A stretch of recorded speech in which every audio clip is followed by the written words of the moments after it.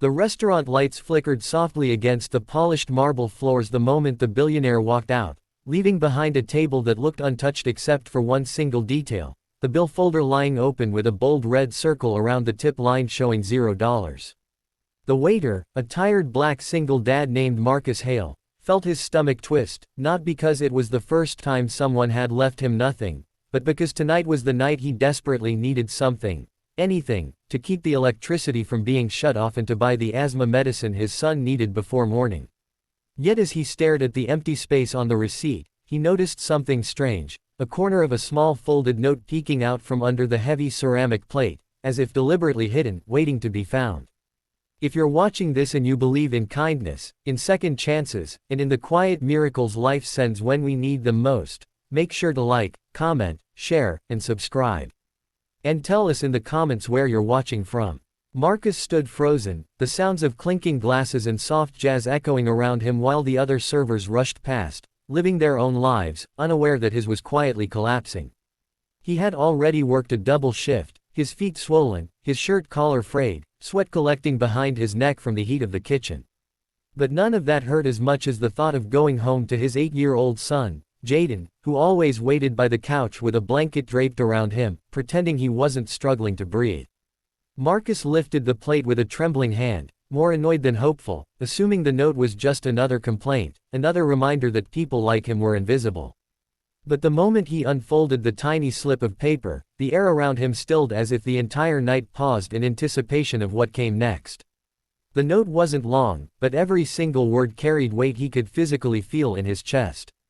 The billionaire wrote that he had once been in Marcus's place, broke, scared, raising a child alone, working as a dishwasher and dreaming of a life where he wouldn't have to choose between buying food or paying rent.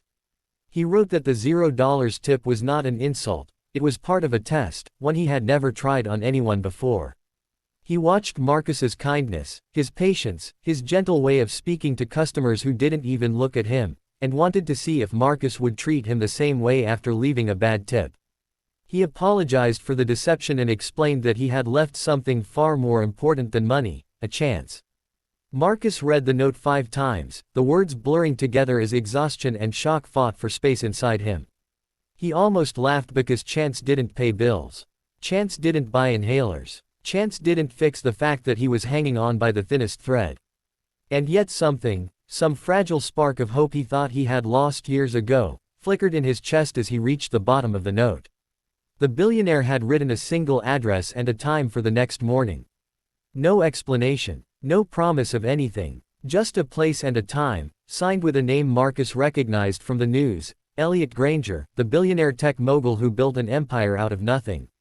Marcus's mind swirled with doubt as he tucked the note into his pocket. Maybe it was a cruel joke. Maybe it meant nothing. Maybe the man had felt guilty and wanted to lecture him about life choices. Marcus cleaned the table slowly, delaying the emotions he didn't want to face yet. He finished the shift, dragging his aching body home through the cold night, the streetlights stretching their glow across the cracked sidewalks. Jaden was asleep, curled up in the thin blanket, his breathing shallow but steady. That image alone forced Marcus to fight through another day, another shift, another setback. He kissed his son's forehead softly, promising silently that he would figure something out.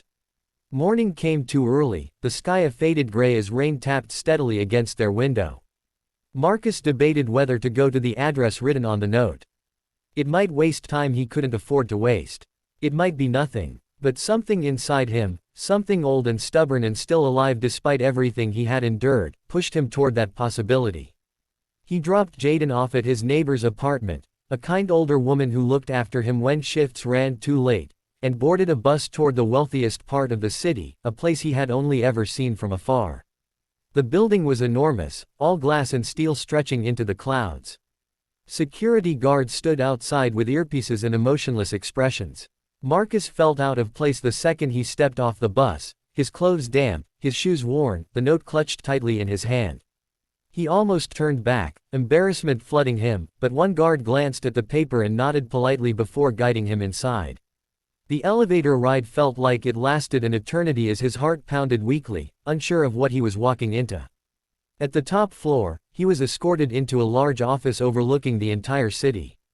The billionaire stood with his back turned, staring at the skyline as if he owned it, and maybe he did. Marcus felt his throat tighten, but he forced himself to breathe, reminding himself that he was there because of a note, not because he deserved anything. The billionaire turned, carrying the same calm, heavy gaze Marcus had noticed at the restaurant. And then, without fanfare or grand gestures, he explained his story, not to brag, not to impress, but to build a bridge between two men whose lives had started the same but diverged wildly. He told Marcus about being homeless at 22 with a baby girl, about working 3 jobs, about crying in bathroom stalls where no one could see him. He said he saw that struggle in Marcus's eyes, the same fire and the same exhaustion. The tip test wasn't meant to humiliate him, it was meant to reveal something about his character.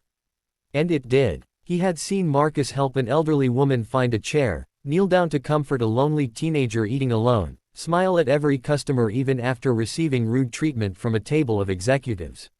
He said people like Marcus were rare, people who served even when life gave them nothing, who kept kindness alive even when the world tried to crush it. Then came the moment Marcus never expected. The billionaire offered him a full-time position at one of his companies, with training, benefits, childcare assistance, and a salary that would finally allow him to breathe. It wasn't charity, he said. It was recognition, the kind Marcus had earned long before their paths crossed. Marcus felt tears burning behind his eyes before he could stop them, the reality of stability, dignity, possibility sweeping over him like a wave he had been waiting his entire life to reach. He accepted with trembling hands, fighting the overwhelming urge to fall to his knees and thank a man who insisted he deserved far more than gratitude. As weeks passed, Marcus worked through the training program with relentless determination, quickly becoming known for his focus, his humility, and his willingness to learn. He walked into rooms where no one looked like him, where no one knew his struggles, but he carried himself with quiet pride because he finally felt like someone believed in him. His son's health improved with proper medical care, and he was able to buy a warm jacket, real groceries, and textbooks Jaden had begged for. Their tiny apartment still felt small, but suddenly it wasn't a trap anymore, it was a stepping stone, a reminder of how far they had come. The billionaire checked in on him occasionally, not as a boss but as a mentor, guiding him through challenges and celebrating his wins. Marcus felt something he hadn't felt in years, dignity. Life wasn't perfect, but for the first time, it felt like it was finally beginning. If this story has touched your heart even a little, if you believe kindness can still change lives in a world that often feels cold, please make sure to like this video, share it with someone who needs hope, and subscribe to keep stories like this alive. And before we end, take a moment and comment below, what part of the story moved you the most? Because sometimes, the smallest moments, a hidden note under a plate, a chance at the right time, one act of humanity, can change a life forever.